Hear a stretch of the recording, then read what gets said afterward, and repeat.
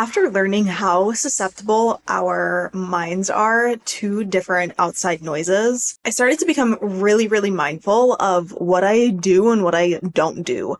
And I make sure that I really stay away from and avoid doing these 5 things.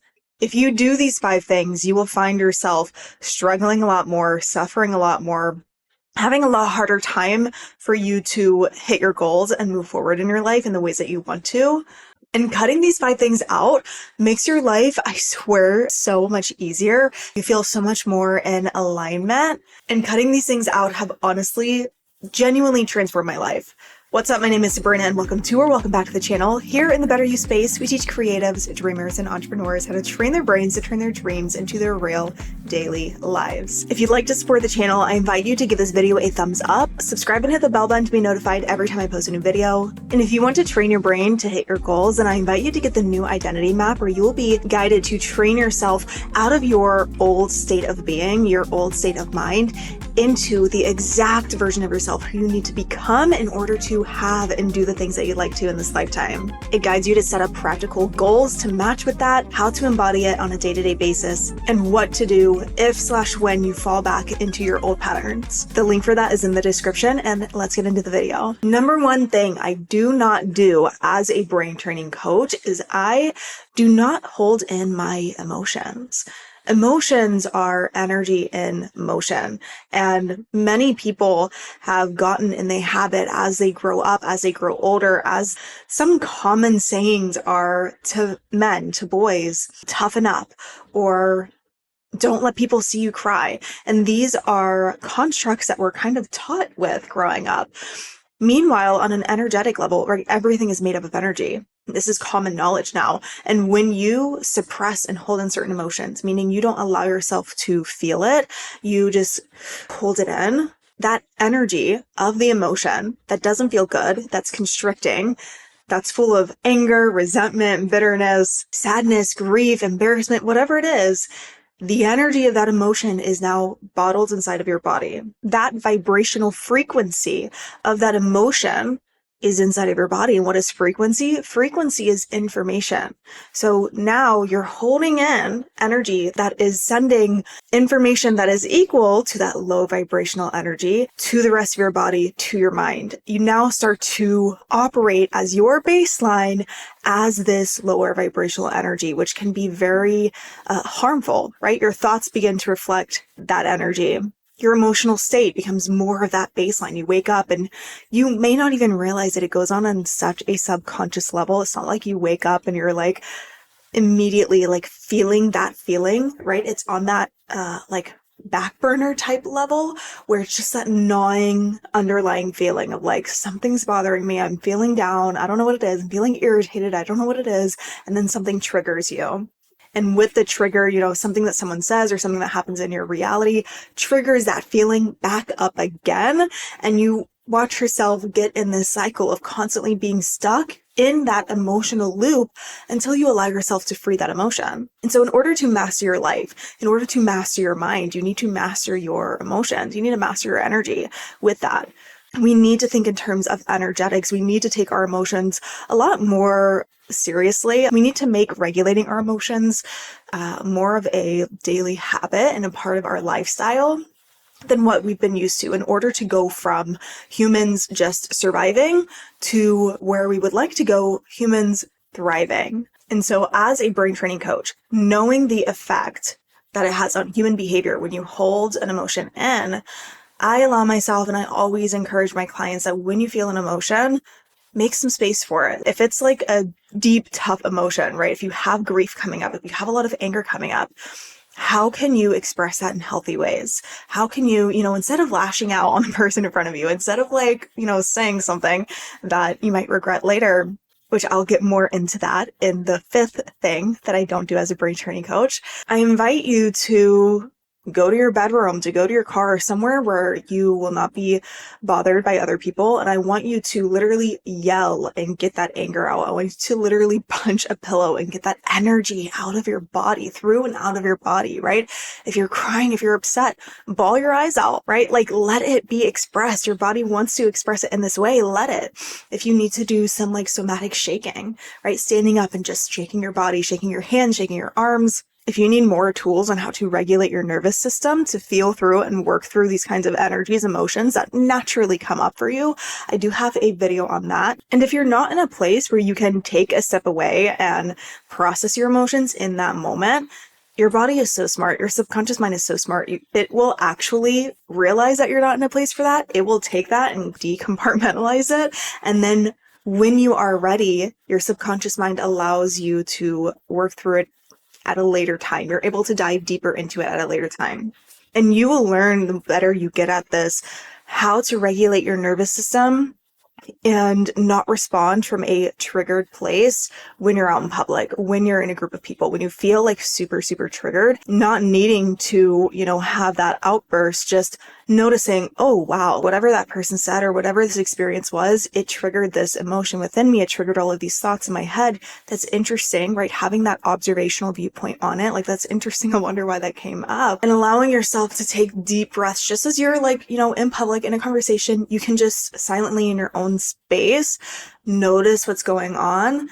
Calm the mind, calm the body, take some deep breaths, come back to yourself, say, I'm safe, I'm here. This is something that I want to dive deeper into later. I can. If this is something that I just need to breathe through right now and recognize that this is, an irrational response and my body is safe and that I can just do this in this moment. But you want to process it, to release it. You don't want to dwell on it, which brings me to my second thing that I do not do as a brain training coach, is I do not let myself dwell on things that don't make me feel good. I always say, if it doesn't feel good, it's not meant for you. The truth of what reality is and what this life is and what God is and what is offered for us here, the truth of like enlightenment, it feels good. It feels expansive. Anything that feels constricting, that feels limiting, that feels like it's holding you back in some way or it doesn't make you feel good, it is not your actual truth. There is some sort of limitation or scarcity that is attached to whatever it is that you are thinking about. And you do not need to identify yourself with it. You can notice when things come up for yourself.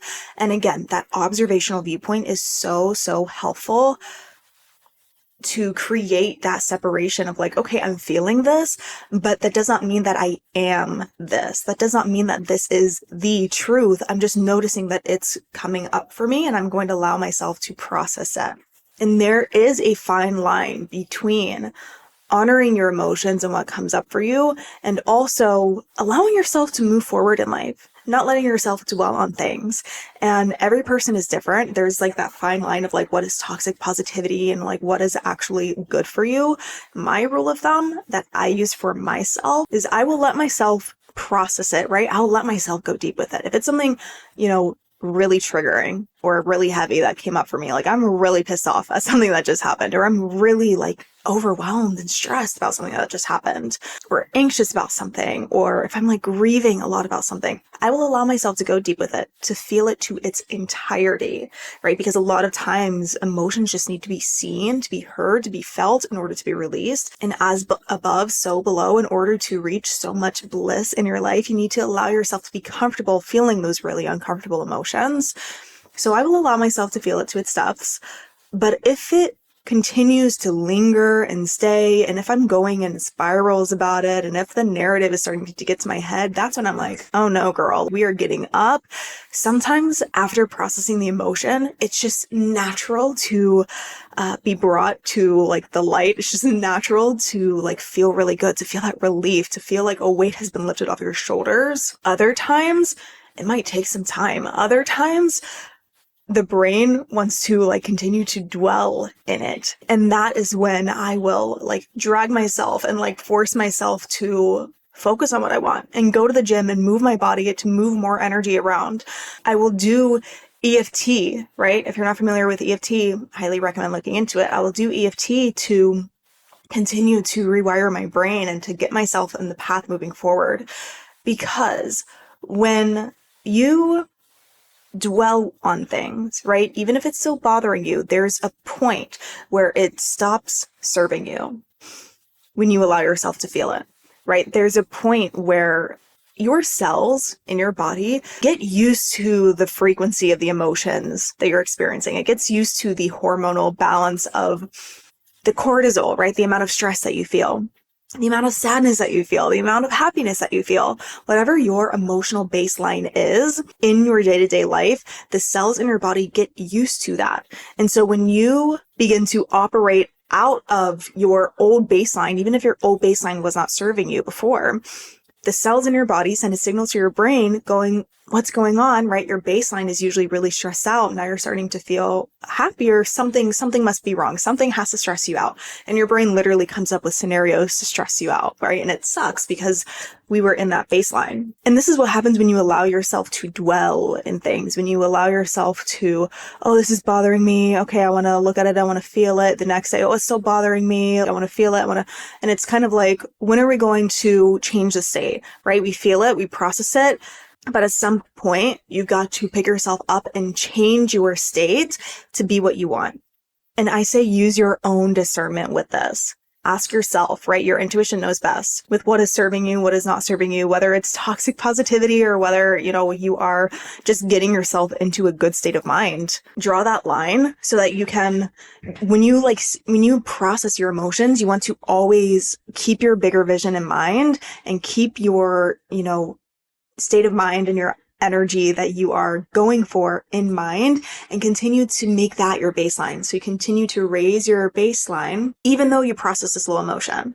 Because when we grow on a spiritual level, right, with this personal development journey, we grow on a spiritual level. The triggers that come up for you, right? When we look at the scale of consciousness, I'm going to put a picture of the scale of consciousness up here.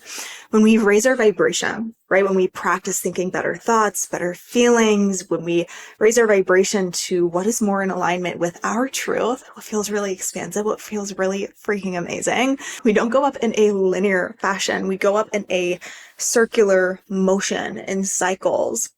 So you'll feel really good. And then the next thing that needs to be released in order for you to reach any higher on the scale of consciousness will be what comes up as your trigger, right? And so then you will feel low, but you're not actually going backwards. You're not actually feeling all of these negative feelings. You might just see it in your forefront, in your face as you're working through it, but you're not actually going backwards. You're working through that thing at that lower circular motion. And then when you process it, when you feel it, when you look at it face on and you go, hi, I see this shadow aspect of myself. I see this part of myself that's been really hard on myself, that emotion that I suppressed for years, whatever it is, I'm going to work through that. Then you process that and you can go even higher, right? Then you reach the peak to where you can until the next thing that you need to release in order to reach higher comes up. And the more you reach your higher self, the more you meet more of those shadow aspects, but it gets better and it gets easier. It gets so much easier. I'm telling you, when I first started this process, if you don't know my story, I was chronically depressed, chronically anxious. My friendships were very superficial, built on gossip and partying. My partnerships, the guys I dated, just bad. And there was just so much about my life that was in chaos, in not feeling good for myself.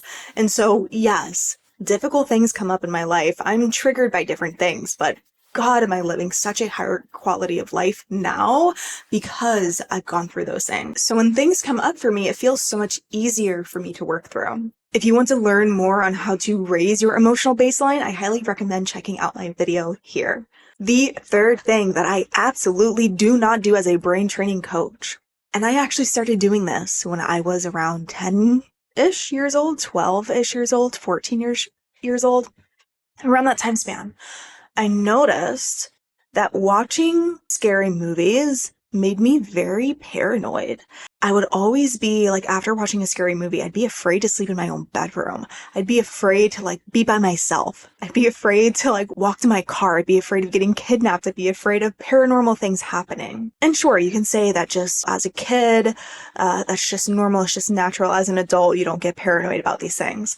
But we're not thinking about what's going on consciously, right? You're only consciously aware of 5 to 10% of your thoughts, emotions, actions, behaviors. 90 to 95% of your thoughts, emotions, and actions are stemmed from your subconscious that you are not consciously aware of. And so oftentimes when I hear adults speak of scary movies and horror movies and thrillers and all of those kinds of movies have zero effect on me, I know that it's just because they have been watching them for so long. They're just simply not consciously aware of the effect that it has on them. And I'll go a little bit into the science behind this, what happens on a neurological level and how it wires your subconscious mind and how it lowers your vibration and wires different hormones to be released throughout your body, how that negatively impacts you. Number 3, I do not watch the news channel. I do not watch scary movies, thrillers. I don't watch a lot of action movies.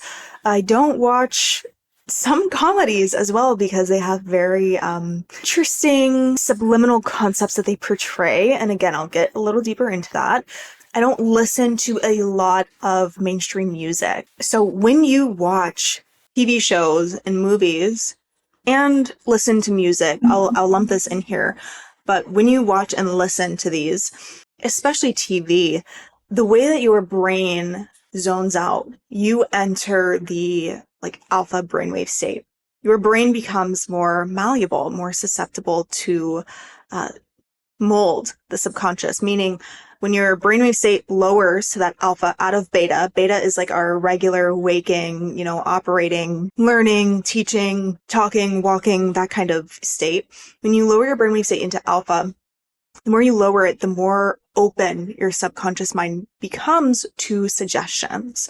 Meaning, when you're watching a movie where the wife is cheating on the husband, where the husband is abusive towards the wife, where friends are snickering about friends behind their back, where family dynamics are chaotic. Your subconscious mind, without you consciously doing anything at all, automatically your subconscious mind sees that and creates meanings.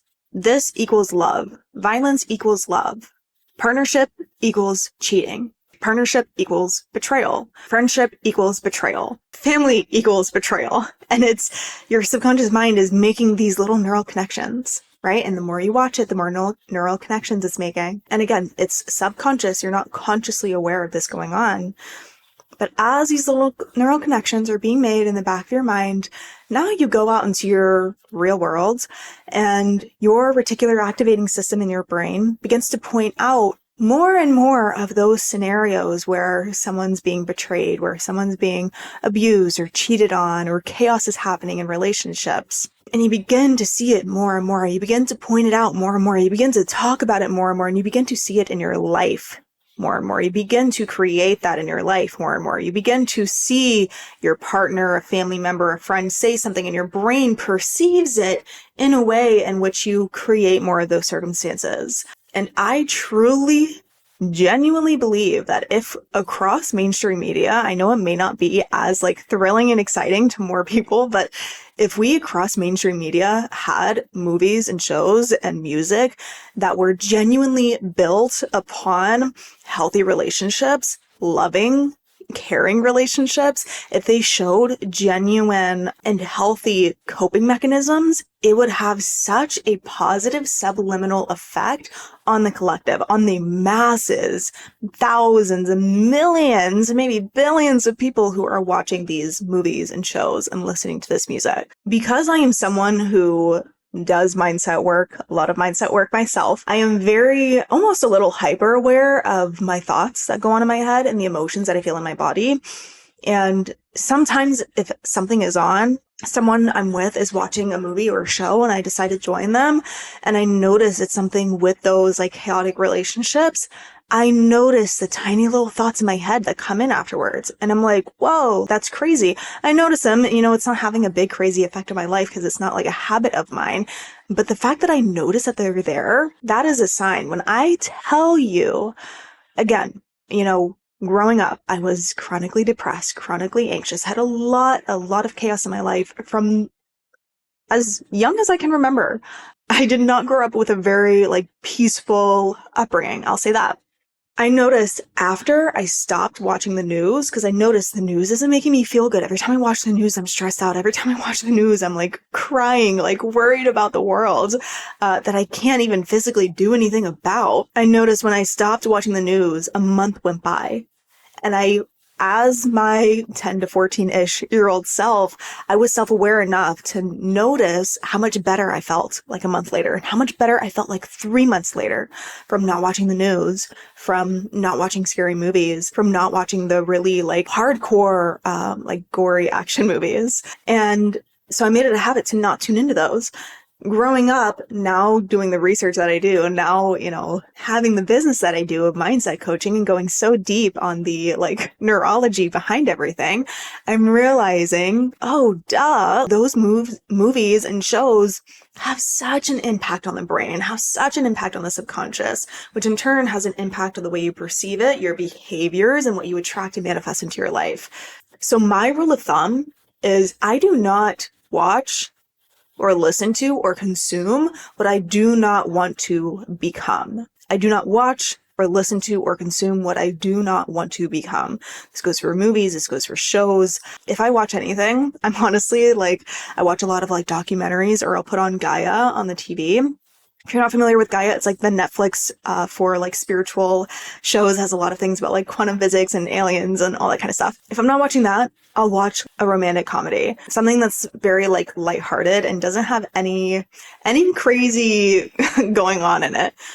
The music that I listen to, I'm so picky about the music I listen to. If I really vibe with a song, but then their lyrics are about oh, he cheated on me, I'm damn, I don't want to resonate at that vibration. No, ma'am, I don't want to resonate to that. I don't want to hypnotize myself to be angry at this imaginary man who cheated on me and now inviting that energy into my life. I don't want that. I actually have a playlist. I'll link it in the description, but I have a Spotify playlist that I made for my audience, my community, that has different songs with affirmations, positive connotations in the lyrics, in the tunes, that actually act as affirmations to mold you into who you want to become, versus a lot of songs, right? Train your brain to attract things that you don't want. Also, they've been using subliminals in commercials for quite some time now. I believe that they made a law to not use subliminals in commercials anymore. Not to say that I'm not a trusting person, but I don't necessarily think I trust that. Same with music, some of the mainstream music. To be honest, I'm just a little skeptical about. There's been things that have been brought to the light of different mainstream songs having very interesting, very negative subliminal messages in them. And so personally, I am very mindful of what I consume, because it's that's your whole quality of life here.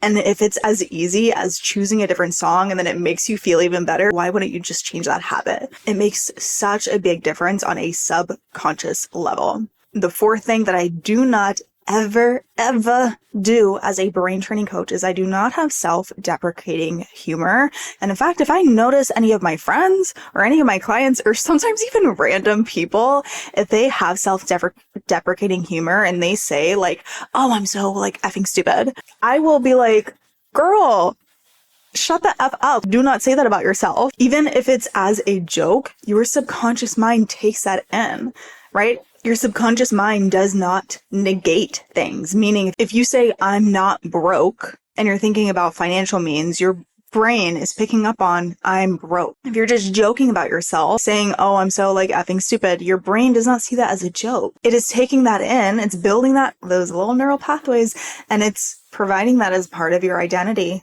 And it's providing that as part of, oh, that's your thoughts about yourself. These are your emotions about yourself. Same exact thing as gossiping about others. Same exact thing about talking negatively about others, when you talk negatively about others, your brain does not realize that you are talking about another person. Your subconscious mind simply hears, oh, this person is, a really awful person. They're annoying. They're a bad friend. They're whatever that you say about them. Everything that you speak out of your mouth, your brain thinks that you are saying to yourself. Be mindful about the words and the language that you use, because the cells in your body are actually responding to the chemical signals that you're sending it. This goes for epigenetics. If you're familiar with Dr. Bruce Lipton, who wrote the book Biology of Belief, him and his research teams, I believe, came up with the studies showing that the genes in your body can actually be turned off and on by sending different thought and emotional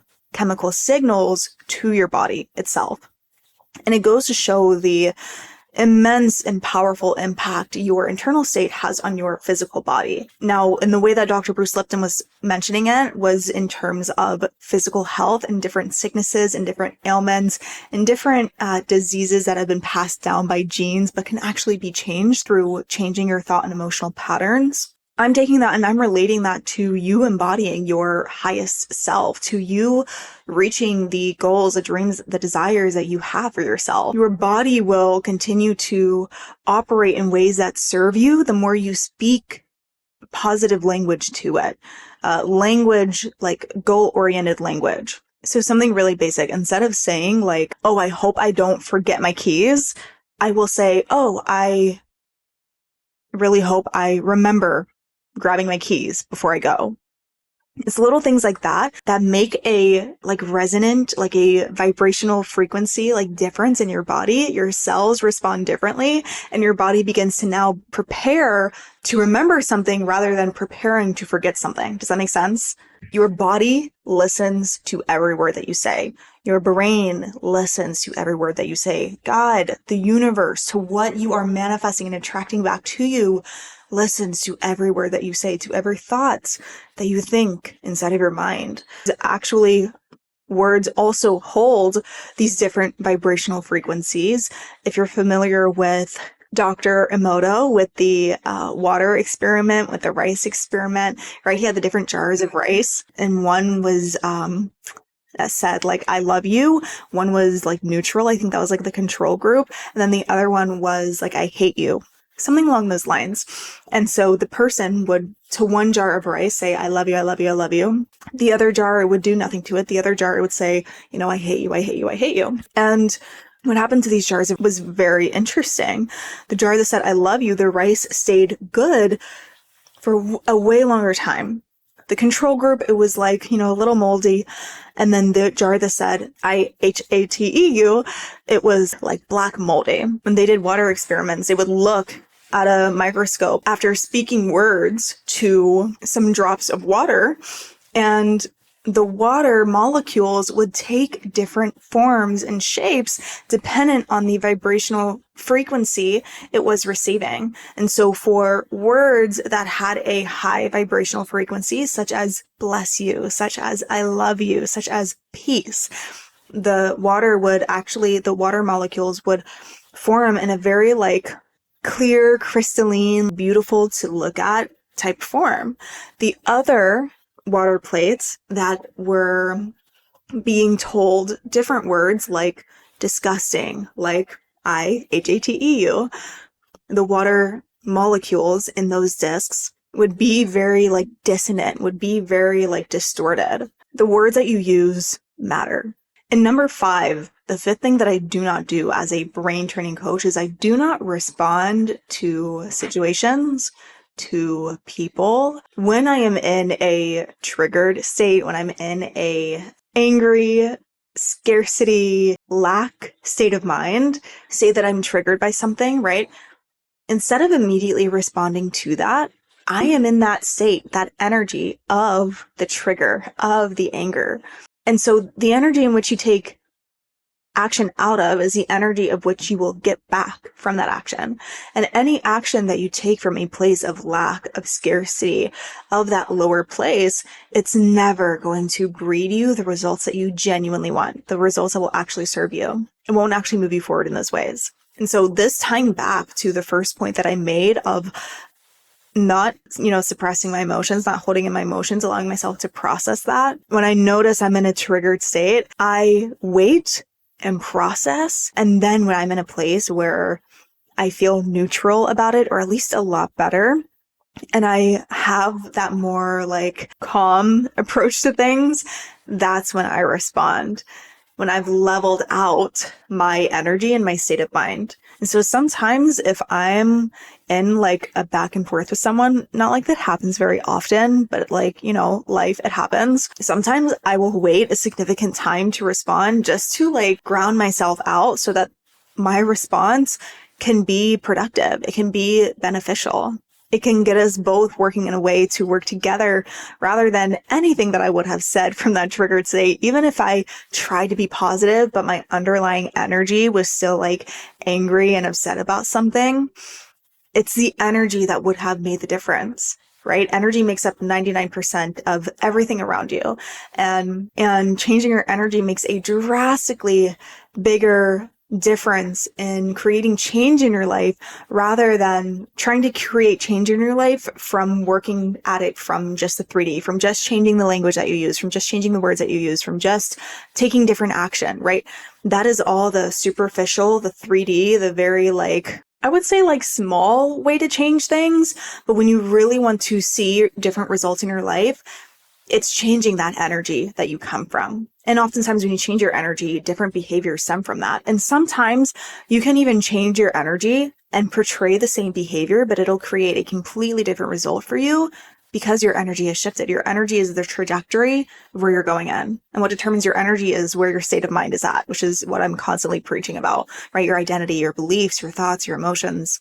And so really taking control of your state of mind and your energy and your emotions, not from a place of trying to control everything what's going on, but control as in being a great manager of it, allowing emotions and thoughts to flow through and out of you, and being able to know when to process things and having that inner discernment of when I should wait to respond and, how you should operate in the world will give you the biggest flex in moving forward towards your goals, your dreams, your desires to really live such a blissful, peaceful, fulfilling life full of freedom, full of the abundance that you want, full of literally, and not to sound cheesy or corny, but literally everything that you could have freaking dreamed of. Because it is all out there waiting for you.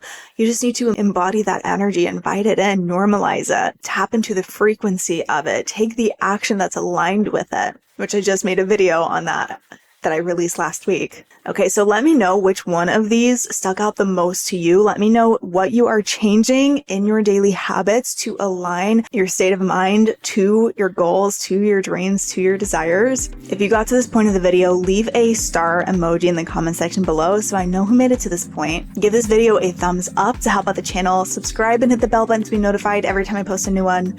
Check out my new identity map so that you can start doing the inner work on yourself today to get to where you want to go. And I will see you in the next video.